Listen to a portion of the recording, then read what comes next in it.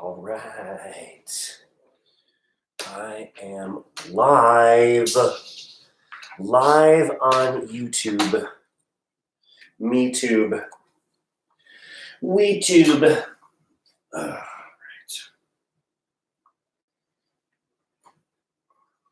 Okay. Welcome. I got the major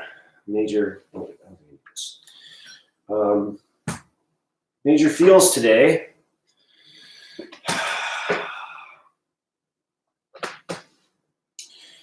Happy to be here. I made myself some tea and getting started semi on time, which is nice. Right. So let's get a little sound going here.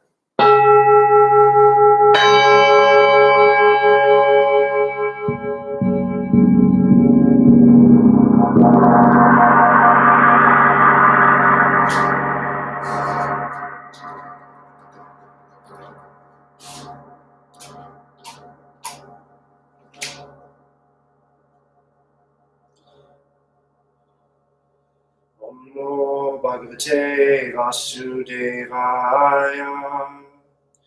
Om Namo Bhagavate Vasudevaya. Om Namo Bhagavate Vasudevaya.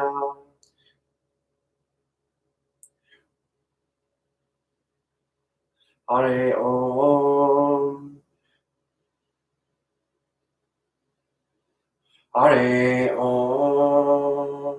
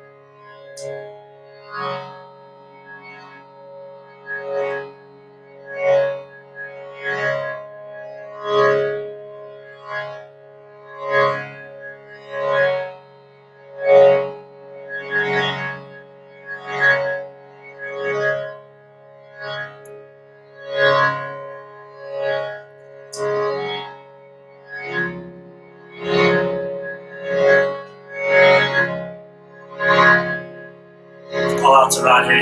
Good morning. Good to see you.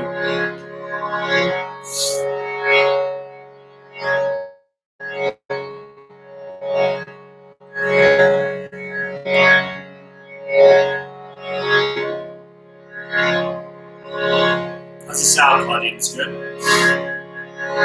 you hear the harmonium okay?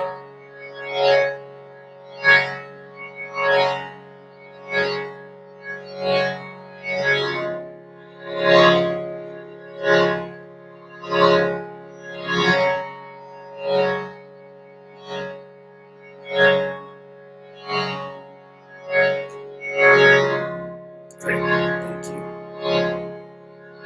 There's been some weird connectivity stuff, so actually, I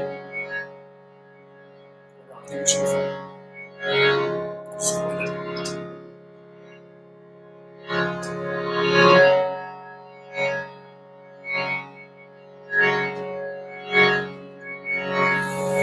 Radhe, Radhe, Radhe,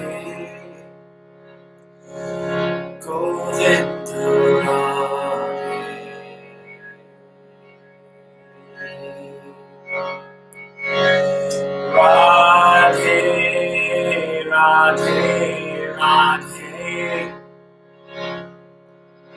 Govinda Radhe.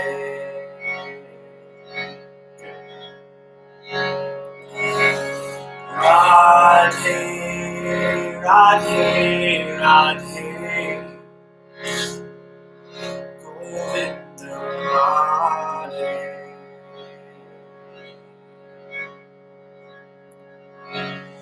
Radhe, Radhe, Radhe, Govinda Radhe.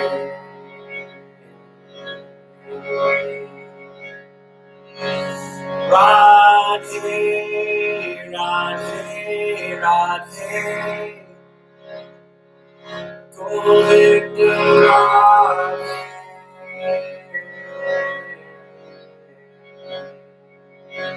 Radhe, Radhe, Radhe, Govinda Radhe.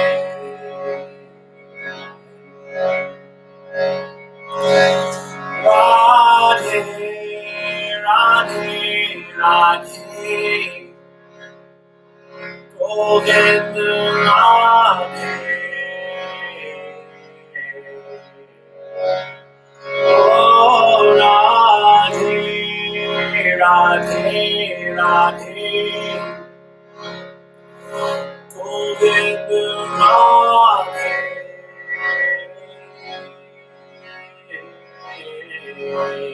Radhe, Radhe, Radhe, Govinda Radhe.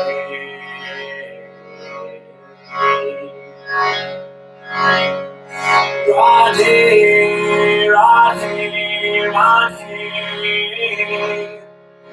Govinda Radhe.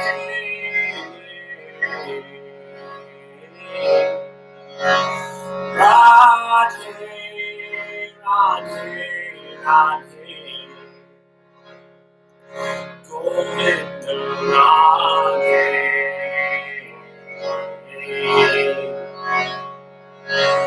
Radhe, Radhe, Govinda, Govinda Radhe.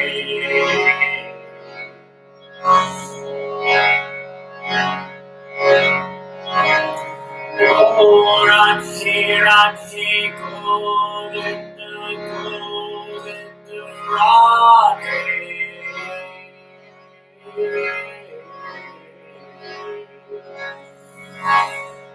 Oh, Radhe, Radhe, Govinda, Govinda Radhe.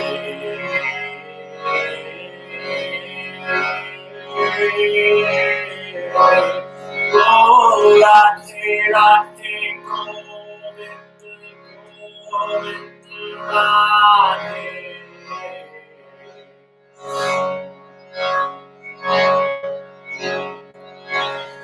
Oh, Radhe, Radhe, Govinda, Govinda Radhe.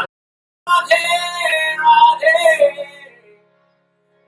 Govinda Radhe.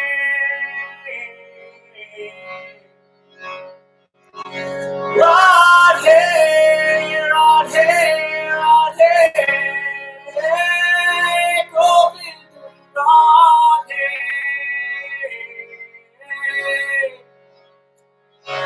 Radhe, Radhe,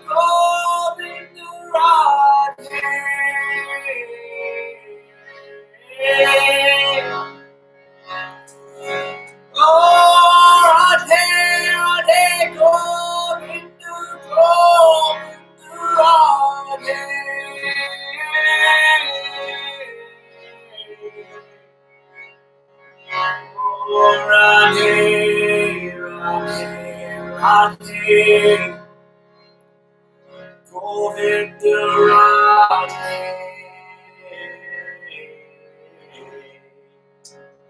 Radhe, Radhe, Radhe, Govinda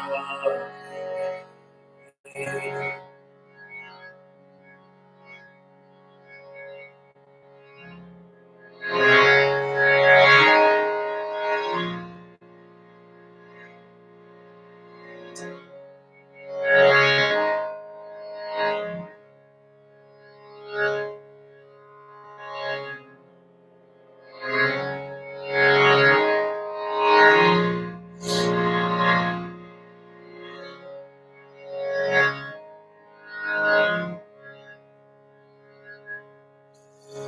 Like a bridge through solitude, I know I have my love. Like a bridge through solitude, I know I have my love. I know I have my love. Oh, I know I have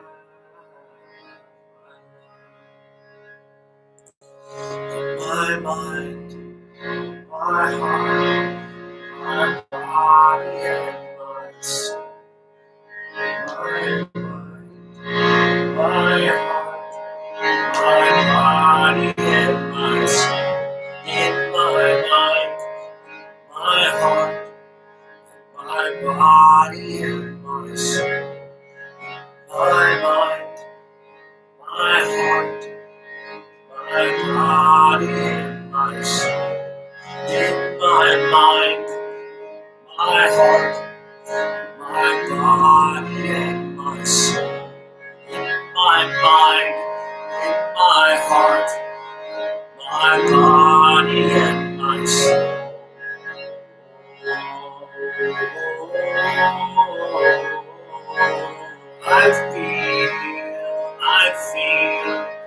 I feel this love today.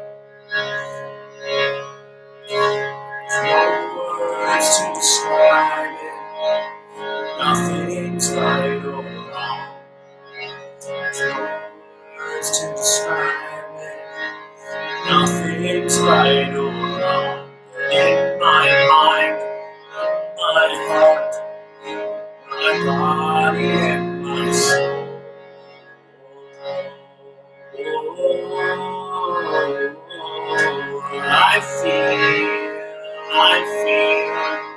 I feel this love today.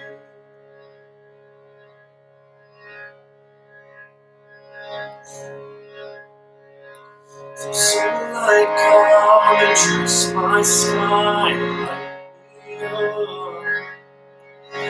Sunlight, come and dress my sky like neon.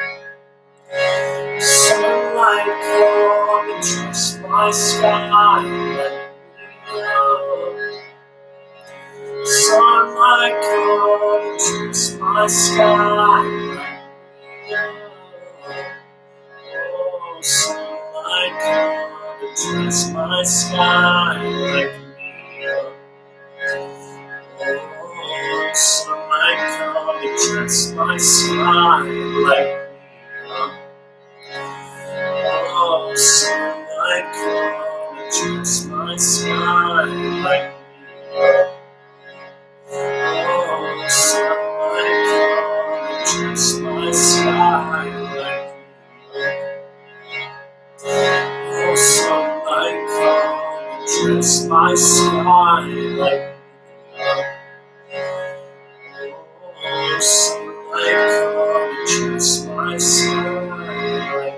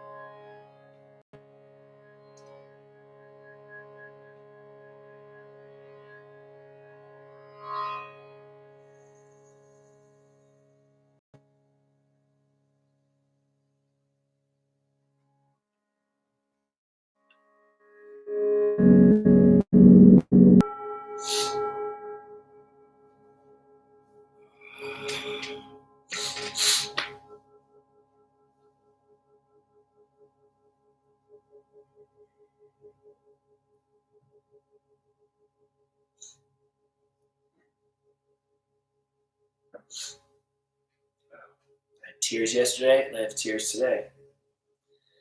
Although the quality of my tears is different today than it was yesterday. Yesterday, my tears were connected to a lot of sadness, a lot of loss, and a lot of pain. Now my tears are connected to hope.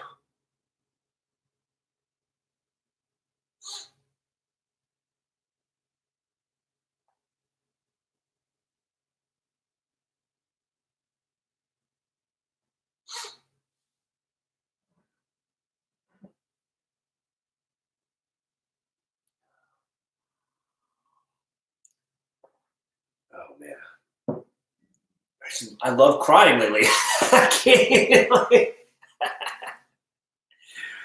Oh my God, it's weird. At first, when I started having this experience, and it was recently, where I was just crying nonstop, I was really resisting it.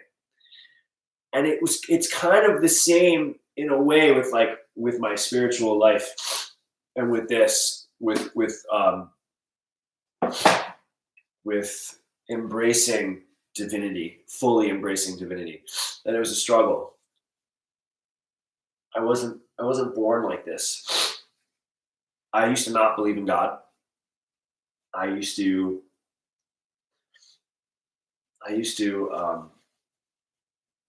tell people that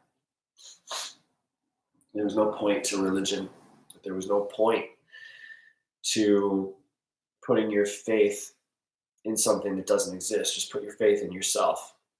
Why not just believe in music? God doesn't care about us anyways. We're all alone. If there was a God, why would these things happen to us? If there was a God, why would I suffer?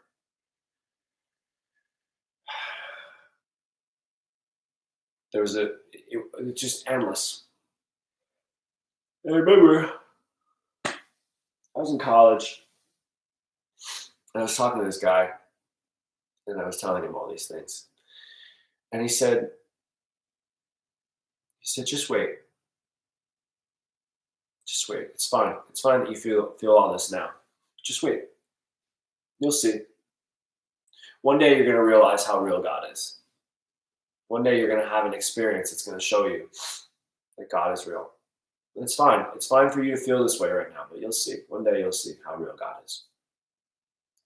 And it was like, I'm not sure if it's because it's like from the Matrix. Like, if I hadn't said anything, would you still have broken? Would you still have knocked that thing off the counter? If he hadn't said that, if he hadn't planted that seed of knowing, would I still have come to this realization? I think that I would, because I'm here now. And it's a beautiful place to be, to trust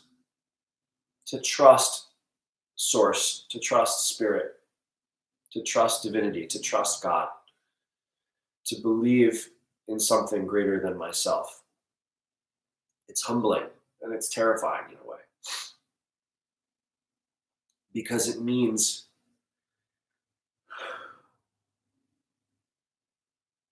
that there's something else that's in control. And how do I relax, and how do I let go, and how do I trust? How do I trust that the thing that's in control is good?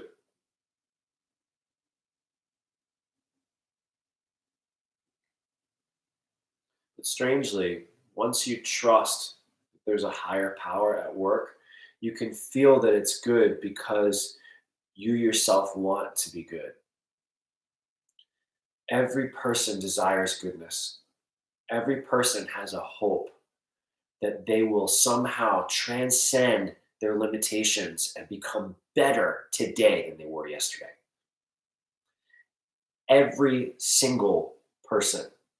They might not believe that it's possible anymore, that they could become that person that they hope that they'd be, because they've been conditioned by experiences or, negative ancestral patterns. Like, your mom doesn't believe that she's a good person, so she doesn't ever let anyone believe that anyone's a good person.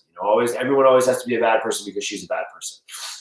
Or your uncle. You always have that one uncle that was like, always coming around and making you feel like crap about yourself, or whatever it is. Family creates weird cycles in the mind. But at our core, every single person wants to believe that they're good and wants to believe that they're lovable and that they're loved and that they can rise up. And the higher power is what gives us this affirmation that I didn't just arrive out of nowhere. I came from something. I came from someplace that is only love. It only creates from a place of love.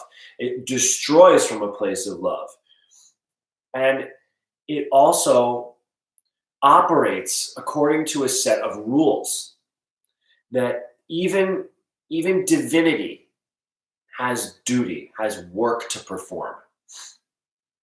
And if it were to not do its work of creating and not do it just because it has to do it, but divinity creates because it wants to create.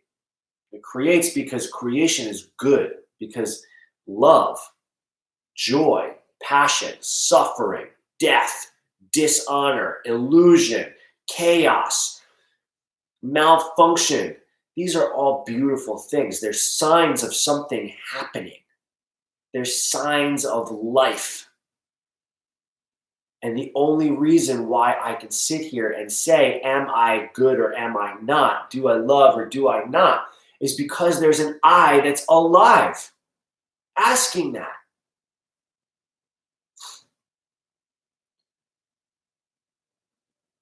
So we've been blessed with life. We've been blessed with the tools of the body and the mind.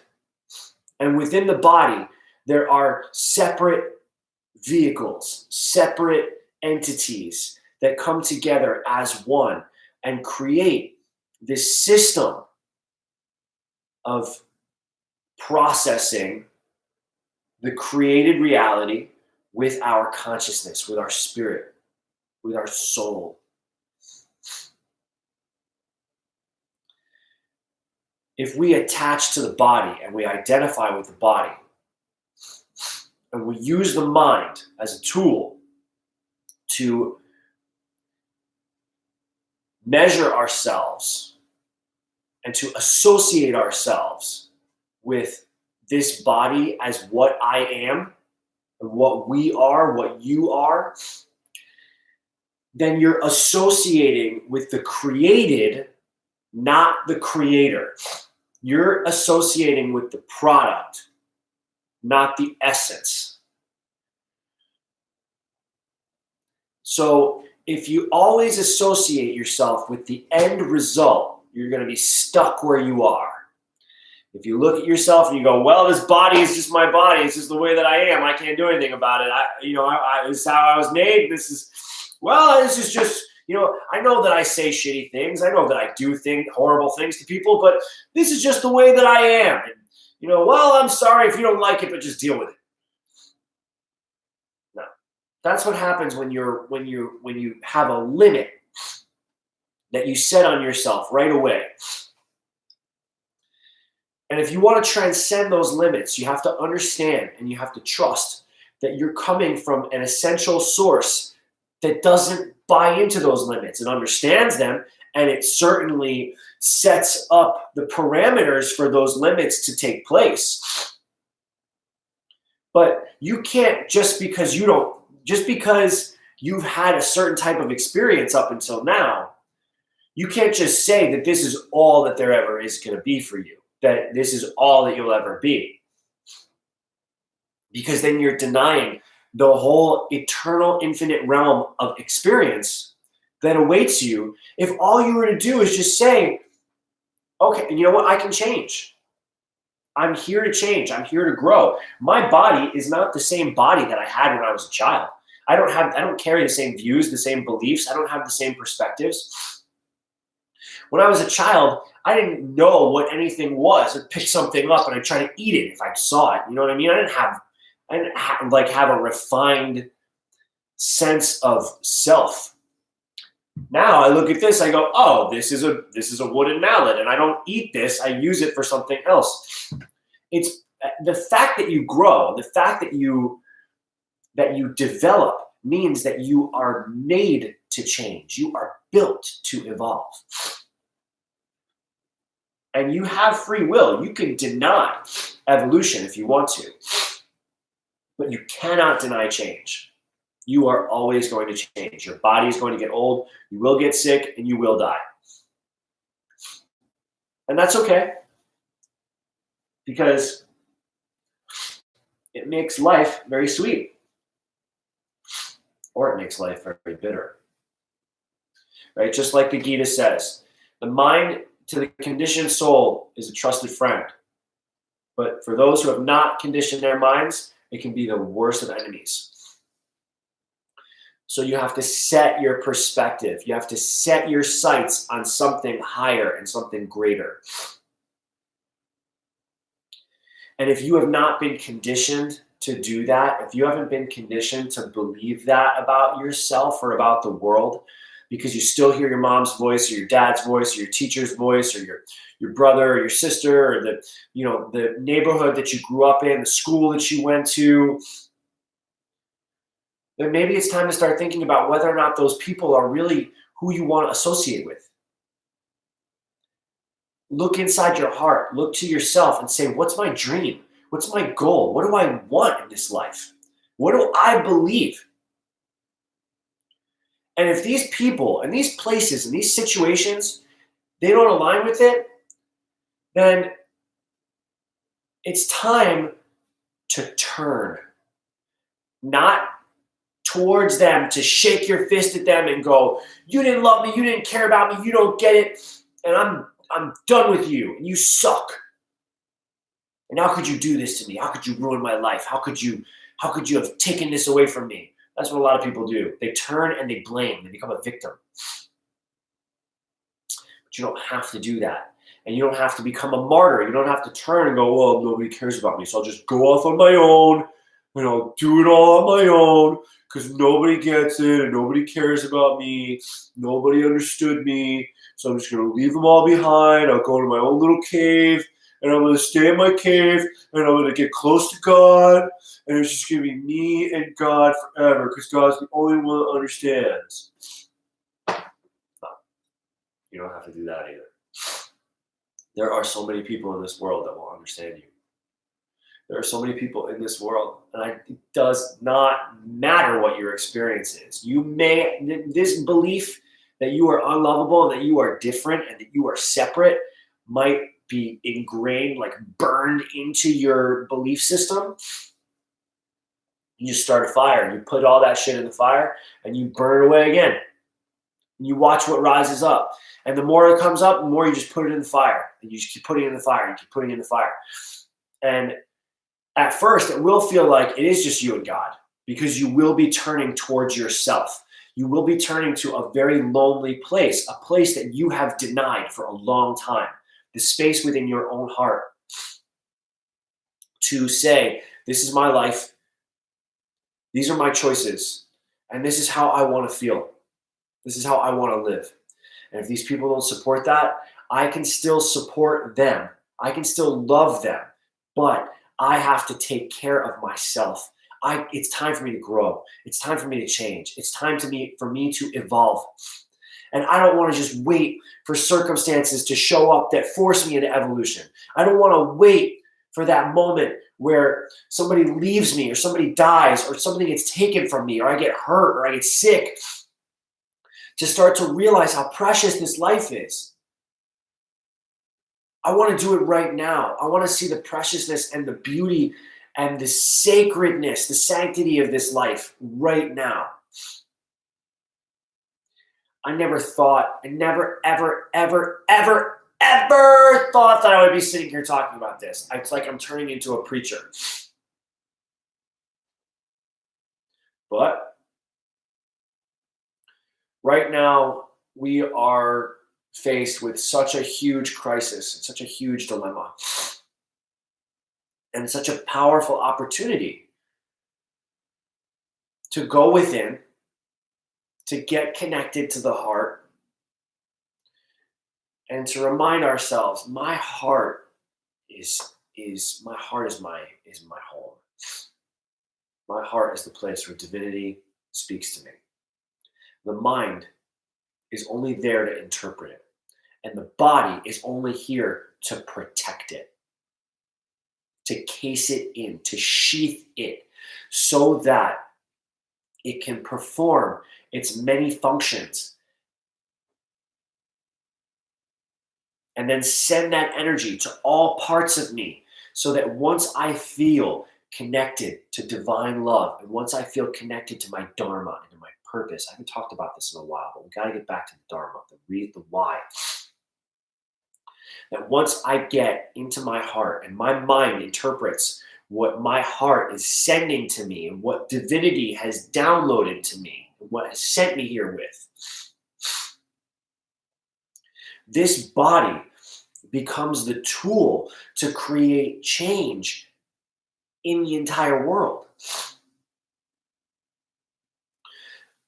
There's only two of us here right now. There's me and Claudine, right? And I'm the only one that's talking.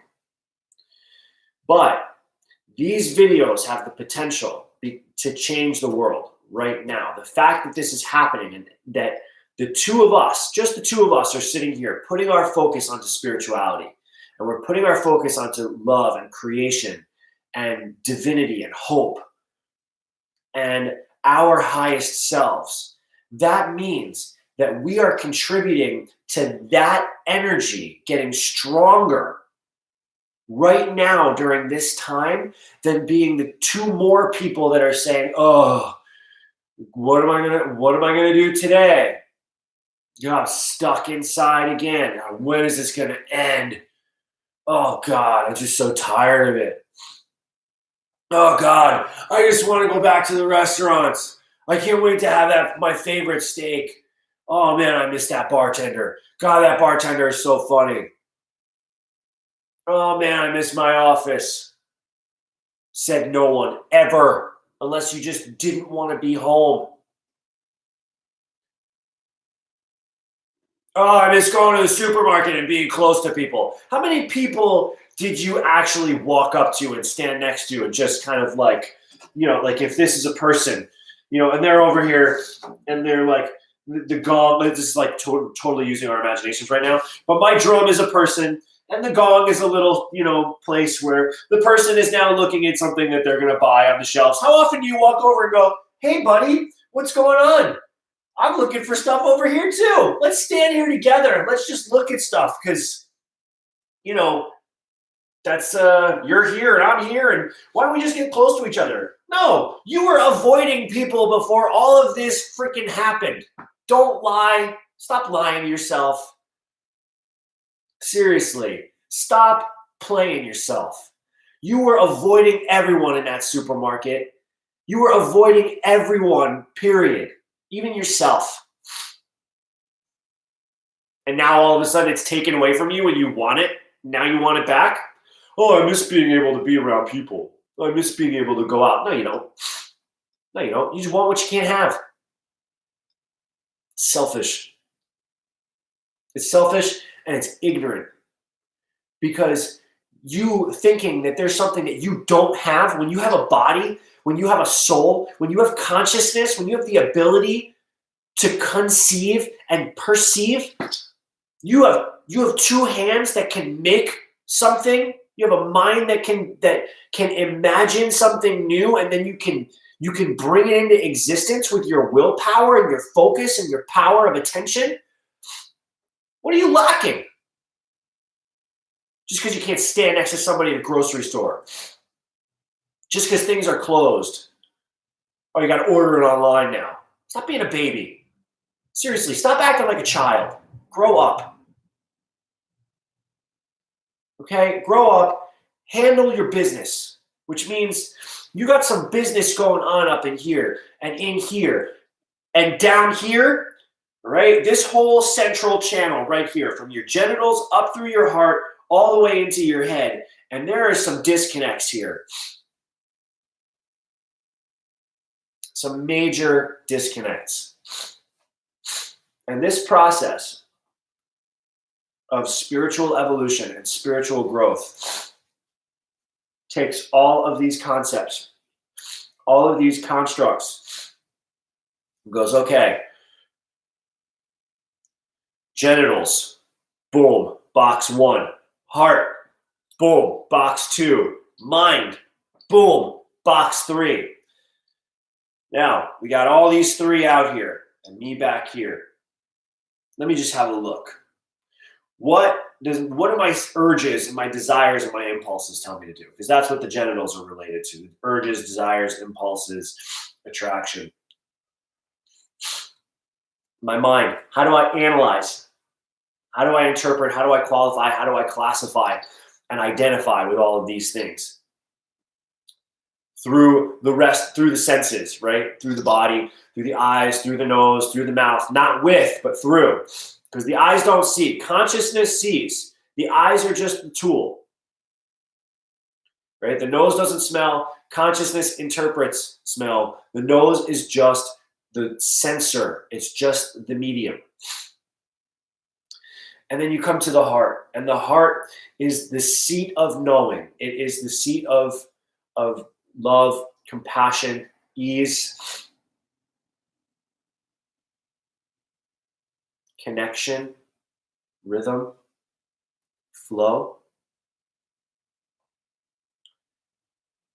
And you start looking through your life and you go, okay, when was I dominated by my impulses? What did that cause me to do?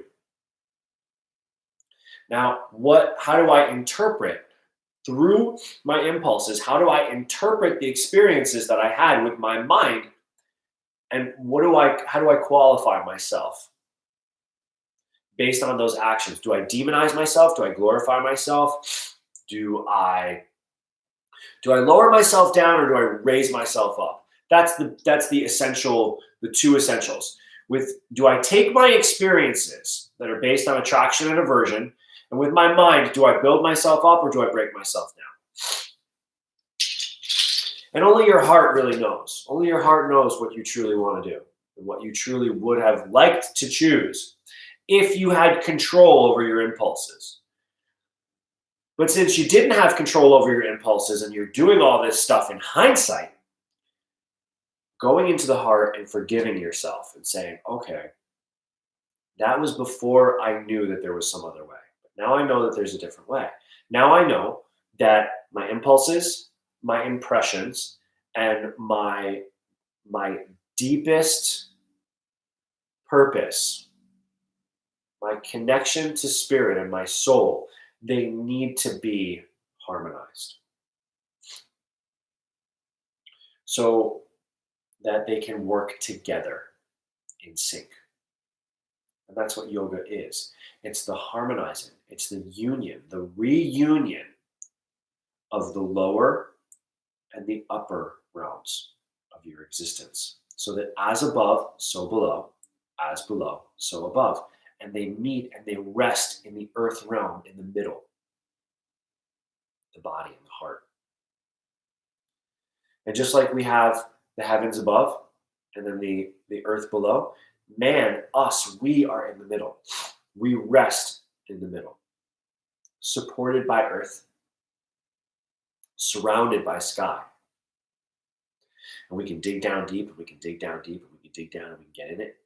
We can gaze up and we can look up and we can explore and we can explore. But all of that is always going to be external. But when we go within the heart, we discover that there are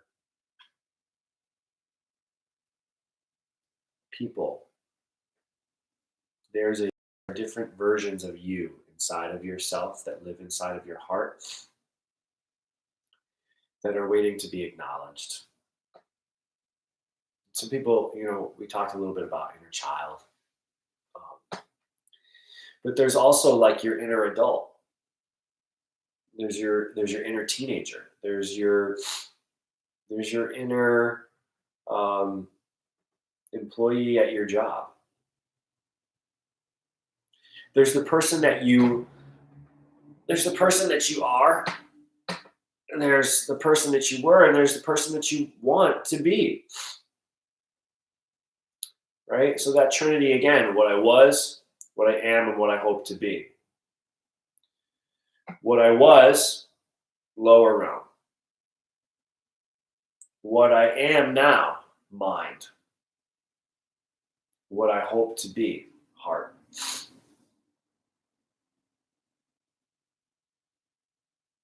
So you can change. And divinity is always with you. Divinity is always supporting you in that. It's a very beautiful thing. I know that it can feel overwhelming to contemplate, even just to contemplate, turning from your negative influences and turning from your negative associations in life. It doesn't mean that you're abandoning them. It doesn't mean that you're giving up on them. It means that you're strengthening yourself. You are turning to yourself so that you can support them better, so that you can see them more clearly. It all makes more sense the more you practice it, the more you really get on purpose and learn how to forgive, learn how to trust. Out of compassion for them, I, dwelling in their hearts, destroy with the shining lamp of knowledge the darkness born of ignorance. All right, so let's get some knowledge up in here. So we're on chapter 13, Nature, the Enjoyer, and Consciousness.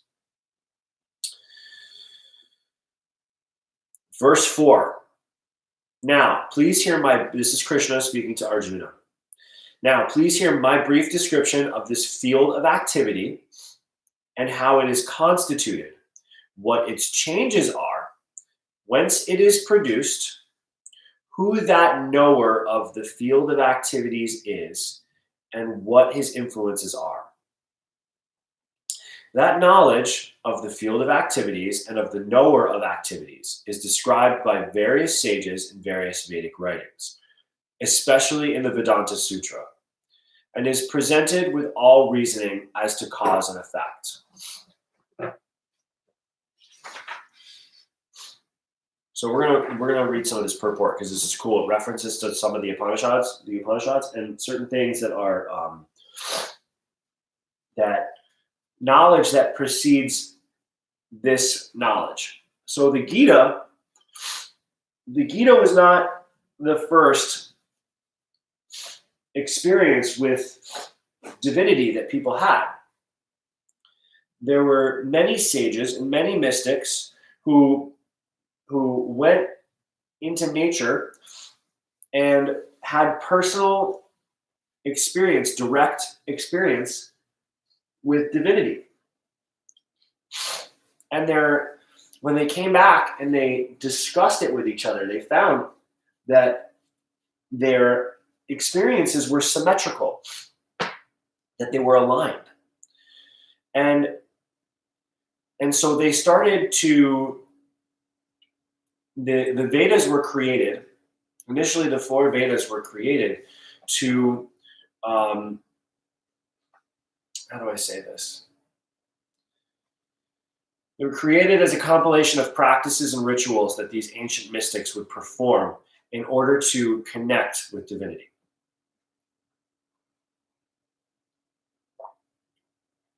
But it's very challenging to understand, and there's a lot of information.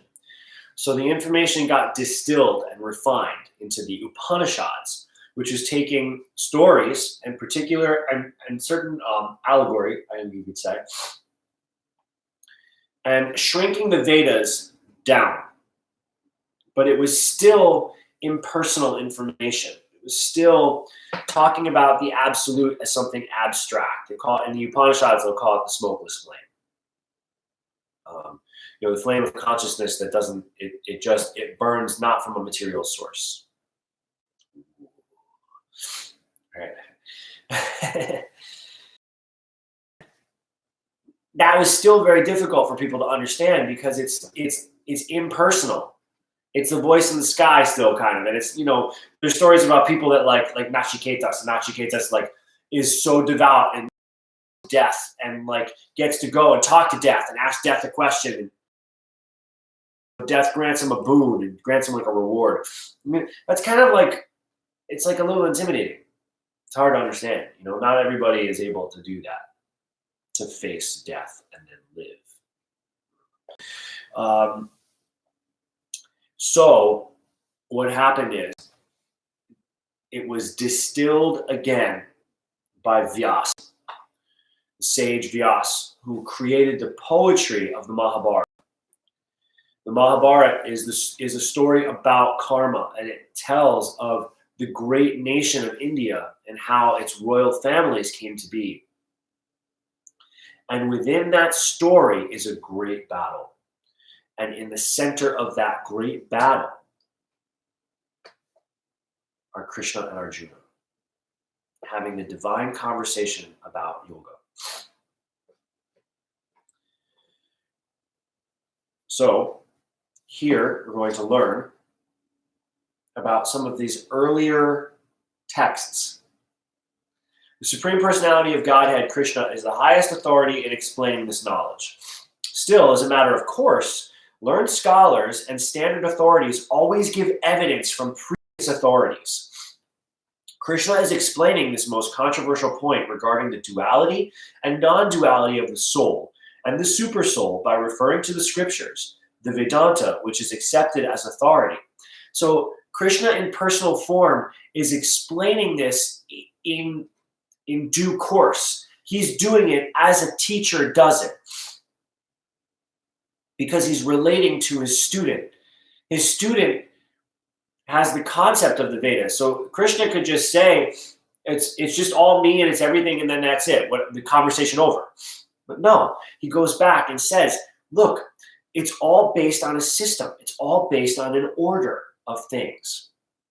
All of this that we're part of is order. It's all system. And we're learning how to embrace that system as something that wants good for us, that is good. We are all transcendental, although we are in material bodies. Yes. Now we have fallen into the ways of the three modes of material nature, according to our different karma. As such, some of us are on higher levels and some are on lower ones. This higher or lower nature of the individual is due to ignorance, and it is being manifested in an infinite number of living entities. But the supersoul, which is infallible, is free from contamination by the three qualities of nature and is therefore transcendental. In the original Vedas, a distinction between the soul, the supersoul, and the body is made, especially in the Katha Upanishad. There is a manifestation of the Supreme Lord's energy known as Annamaya, dependence on food for existence. This is a materialistic realization of the Supreme. Then, because it incorporates existence. Then, in Pranamaya, after realizing the supreme absolute truth in food, one can realize the absolute truth in the living symptoms or life forms. In Jnanamaya, realization extends beyond the living symptoms to the point of thinking, feeling, and willing. Then there is Brahman realization, Vijnanamaya, in which the living entity's mind and life symptoms are distinguished from the living entity itself. So as this process is going on and you're going from the external world through these different layers, we call them sheaths, through these different sheaths, getting closer and closer to the internal, you start to see that, oh, okay, there's this base level of existence where I eat and I live. And then there's this energy of eating, this energy of sustenance. Whoa. And then there's the entity that is processing all of this need, right? And then there's this realization that there's a me, and then there's a processing. See, the Vedic system is all about, and even the Kabbalistic system too, is all about saying, knowing the difference between one thing and another. But the Kabbalistic system is a little bit, I don't know, they kind of get a little bit more into the Gyan yoga. Like it's kind of heady for me. The next and supreme stage is Anandamaya, realization of the all blissful nature. There are 5 stages of Brahman realization, which are called Brahma Pujan. Out of these, the first 3, Annamaya, Pranamaya, and Jnanamaya, pertain to the field of activities of the living entities. Transcendental to all these fields of activities is the Supreme Lord, who is called Anandamaya. The Vedanta Sutra also describes the Supreme Personality of Godhead is by nature full of joy. To enjoy his transcendental bliss, he expands into Vijnanamaya, Jnanamaya, Pranamaya, and Annamaya. In the field of activities, the living entity is considered the enjoyer, and different from him is the Anandamaya. This means that if the living entity decides to enjoy by dovetailing himself with the Anandamaya, he becomes perfect. Dovetailing is when you merge. This is the real picture of the Supreme Lord as the supreme knower of the field, the living entity as the subordinate knower, and the nature of the field of activities. So it might still be, excuse me, a little bit challenging to understand because, and it's challenging for me to understand too, because it's there. Reading about it and experiencing it are 2 different things. Reading about it and experiencing it are 2 different things. It takes a lot of discipline, a lot of quiet, a lot of isolation to be able to refine yourself enough to be able to notice when your consciousness is shifting from Annamaya to Pranamaya to Jnanamaya to Vijnanamaya to Anandamaya. But the goal, and what the Gita kind of teaches us, and what the magic of the Gita, why it's so special, is because it's if all of the Veda, right, and the knowledge of Vedanta is up and out here, over time what happened is, and this even aligns with my legs. Oops. All of the Vedanta has been distilled slowly and slowly and slowly and slowly to get to a point where it's the knowledge that can appeal to the average, to the common man. The Gita is spiritual wisdom for the average person because it's personal. And the goal, the essence of this, the reason why we do this is not so that, I can't wait to say this. The reason why we're studying all this is not so that we can say that we know it. It's not so that we can go around and preach it to people and tell them that, oh my gosh, I figured it out. I read the Gita. I discovered that God is everything. And I've learned all of the different distinctions. I've mastered all of the levels of consciousness. And now I know. And now I'm going to go. And I'm just going to be the one who knows. That would be the knower of the field of activities. Like when you know what's happening. No. The point, I believe, in all of this.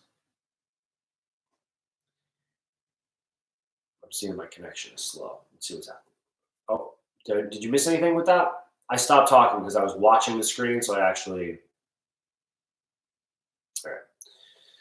The point of all this is to get to Anandamaya, is to get to that state of the all blissful nature when you realize, okay, that everything is blissful. Specific word, bliss. It's not that it's all good, that it's blissful, that the nature of this experience is blissful. To embody that bliss, even if other people are at a different level, even if other people are in a different place, then you still want to, I'm striving to know that bliss. I'm striving to embody that, to be blissful, to be not affected by whether or not others are blissful or not. Because that's not true bliss. It's not true peace. If someone can take my peace away by being not peaceful, I'm not peaceful yet. If someone can take my bliss away because they don't believe in bliss or because they're not blissful, I'm not in bliss yet. It's an all blissful nature. The part of me that enters into Anandamaya knows that beneath the suffering is bliss. Surrounding the suffering is bliss. And I can be blissful at all times. I don't have to teach anyone anything. That teaches what's wrong. It's so that we can be happy with what is and what we have. It's like to think of how many people have lost their way right at that very last step where they realize they have an understanding that, oh my gosh, I can be happy in this life. And instead of just going and being happy and living on their purpose, they decide to deviate and go try and tell everybody else what to do now that they've discovered something. Mind your business, fool. Mind your business. And just be happy. And there's a distinction. Like you could say, well, isn't Josh just sitting here trying to tell me what to do? Isn't he trying to be that right now? No, actually not. Because I'm trying to be a translator. I'm trying to be a channel and an interpreter of information. But what you do with that information is going to be up to you. And I can't tell you what to do with that. All I can say is that for me, it works. And that's why I practice it. And do I still experience states of non-bliss? Do I still experience states of confusion and disarray and disorder and chaos? Abso-freaking-lutely. Absolutely. I experience it and I'm doing my best to tolerate it. You go back and you look at my satsang from yesterday, I'm in tears because I'm sad. I wasn't blissful yesterday. I was sad.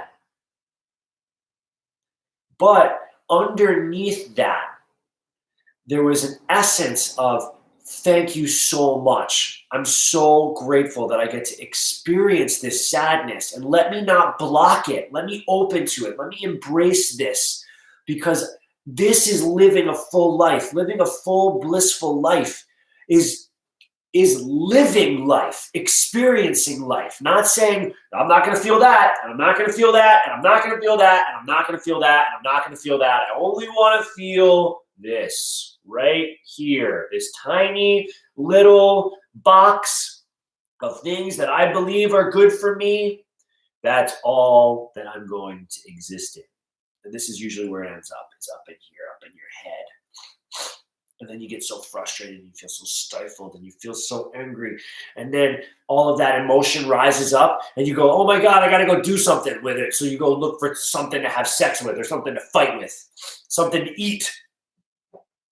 Just bypassing the heart completely. Goes from your head to your gut or to your genitals and then back up. And the heart is like, yo, middle ground, what's going on here? Can we maybe process some of this information before we just go on and try to eat the next thing or qualify the next thing or hump the next thing?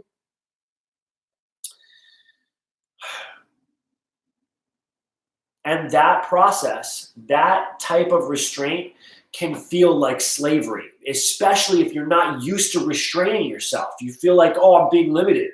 Just like right now. You think that because you don't have all the things that you wanted or that you're used to having, then, oh, I'm trapped.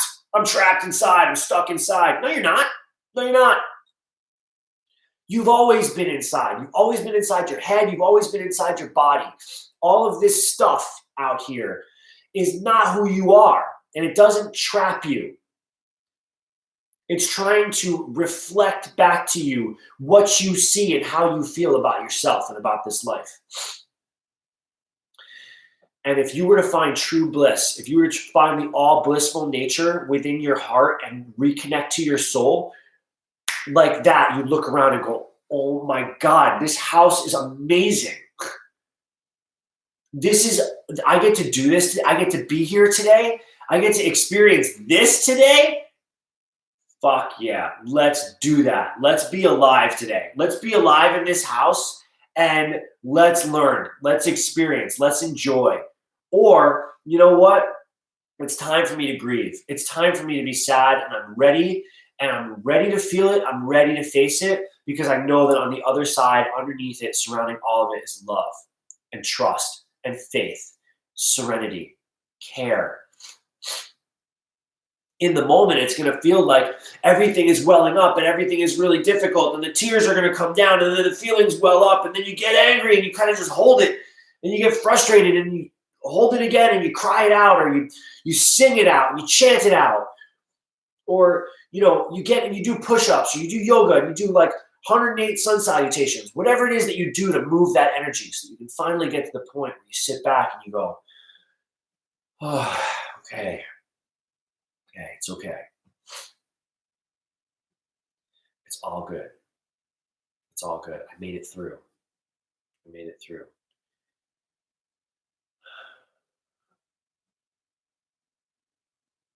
And that's the wave of that life takes you through. And at first, it's very dramatic like that. It's very, very, very, it's not subtle in any way. But then as time goes on and you get used to it and you mature spiritually, the knower, right, the dweller within you is able to step back a little bit more and say, okay, it's not that I'm sad, and then therefore I am a sad person. I'm experiencing sadness. I'm a happy person experiencing sadness. I am, and then it goes back even further to my consciousness or consciousness is aware that happiness and sadness both exist. And they will be experienced through this body, through this field of activity. And the knower of the field is the consciousness. The field where the happiness and the sadness take place, where they rise up and they fall back down, is the field. As far as I can tell. As far as I can tell. Last verses, and then we close it up, just because these verses are great. We'll end with them, but then we'll start with them again tomorrow. The 5 great elements: false ego, intelligence, the unmanifested, the 10 senses, the mind, the 5 sense objects, desire, hatred, happiness, distress, the aggregate, love that word, the life symptoms and convictions. All these are considered, in summary, to be the field of activities and its interactions. Humility, pridelessness, nonviolence, tolerance, simplicity, approaching a bona fide spiritual master, cleanliness, steadfastness, and self-control, renunciation of the objects of sense gratification, absence of false ego, perception of the evil of birth, death, old age and disease, non-attachment to children, wife, home, and so on, husband, wife, home, and so on, and equilibrium of the mind, devotion to the service of the Lord, the aspiration to live in a solitary place, detachment from the general mass of people, accepting the importance of self-realization, and the philosophical search for the absolute truth. All these are an aggregate called knowledge, and besides this, whatever there may be is ignorance. Cool. With that, I leave you. Thank you so much for sharing your practice with me today. Thank you so much for letting me serve you. It's such a joy to be here today, Sunday, beautiful day. I hope that you have a great day, and I hope that you will take some time to go back and review all the stuff before chapter 13, because it's all relevant and it's all part of this. If you have any questions, you can reach out. You can leave a comment or whatever. You already know this. I don't understand why people still say, hey, if you like my channel, hit the subscribe button. Hey, if you like it, leave a comment. It's like, people will do that. So, I'm not going to like, you're welcome. See? People are going to do it. They're going to do it. So enjoy your day. Thank you so much to this body. Thank you to this space. Thank you to all of our teachers. And thank you to the practice of the spiritual science of yoga, the Bhagavad Gita. Thank you for sharing your practice with me today. And thank you for letting me serve you. Aho. Namaste. Word up. I'll see you soon.